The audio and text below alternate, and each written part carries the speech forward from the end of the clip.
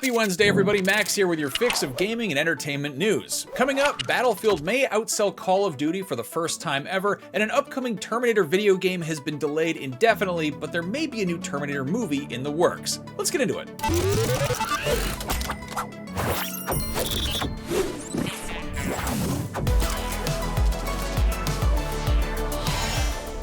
Call of Duty Black Ops 7 launched just over a month ago, and it was the best-selling game of November. This isn't really a surprise, as Activision's annual shooter has consistently been the top game in the month of its release for the last 18 years. What's more of a surprise is that for the first time in franchise history, this year's Battlefield is on track to beat Call of Duty in overall sales for the year. The news comes by way of Circana's monthly report for game sales in the US. In November, Black Ops 7 debuted at number 1, making it the 7th best-selling game of the year to date, behind Battlefield 6 in the top spot, followed by NBA 2K26, Monster Hunter Wilds, and Borderlands 4 in 2nd, 3rd, and 4th place, and EA Sports, College Football 26, and Madden NFL 26 in 5th and 6th place respectively. These are year-to-date, so they may shuffle around once we get December sales numbers, but Black Ops 7 does have some catching up to do. A couple things to keep in mind here are that these games all have a head start on COD, and people getting gift cards or new consoles for Christmas will likely move a few more copies of the popular shooter. The other big factor, though, is that Black Ops 7 was available day one on Game Pass,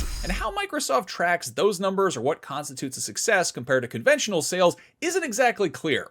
Black Ops 7 sales in Europe also weren't as good as previous years, and Activision Blizzard has addressed this, stating that it wouldn't be releasing two Black Ops or Modern Warfare titles back-to-back in the future. Battlefield 6 was the result of EA DICE going back to the drawing board following a few disappointing installments, and clearly that paid off, so it's going to be interesting to see how Call of Duty reinvents itself to get back in fighting shape for whatever the next installment is. Earlier this week, we got the old-school arcade throwback Terminator 2D No Fate. But anybody hoping for a more modern game set in the Terminator universe might be waiting a while, as yesterday it was announced that the co-op open-world game Terminator Survivors is delayed indefinitely to make some pretty major changes. This news comes by way of a post on the game's official Steam page from Nacon Studio Milan creative producer Marco Ponte, who wrote, quote, "After months of internal testing, discussions with players and fans of the license, we came to the conclusion that to give you an authentic Terminator experience with the best possible shooting and exploration gameplay, we would have to put aside the cooperative multiplayer," Ponte says. "We know this may come as a disappointment, but we believe it's the right creative direction for an uncompromising vision of the world after Judgment Day."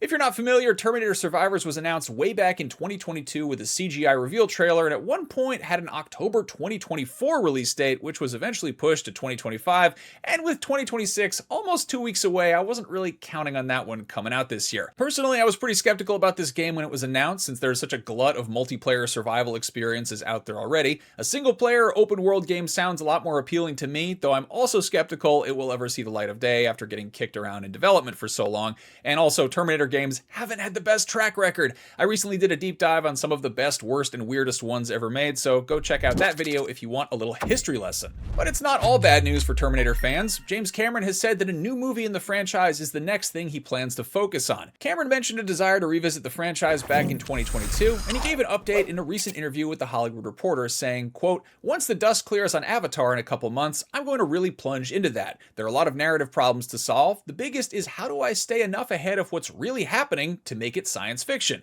Cameron is of course referring to the current state of artificial intelligence in real life, which is obviously a very central part of the Terminator films, and it's going to be interesting to see how he tackles it in a way that is entertaining, relevant, and also future-proof. Cameron remained vague about details on the story, but did confirm the new project is not going to involve Arnold Schwarzenegger as the T-800, stating, quote, "I can safely say he won't be in it. It's time for a new generation of characters. I insisted Arnold had to be involved in Terminator Dark Fate, and it was a great finish to him playing the T-800. There needs to be a broader interpretation of Terminator and the idea of a time war and superintelligence. I want to do new stuff that people aren't imagining." James Cameron's latest film, Avatar: Fire and Ash, hits theaters this weekend, and as successful as those films have been, I think a lot of people would like to see the director move on to something completely different. I reviewed Fire and Ash for IGN, and I loved it, apparently more than a lot of other critics did, but even so, I would love to see the director explore something else. In addition to Terminator, he's also talked about Ghost of Hiroshima, a film on the history of the atomic bombing of Japan, as well as a sequel to Alita: Battle Angel, and he recently optioned Joe Abercrombie's fantasy novel, The Devils, which is super fun. I highly recommend you read it. It's basically medieval Marvel Suicide Squad,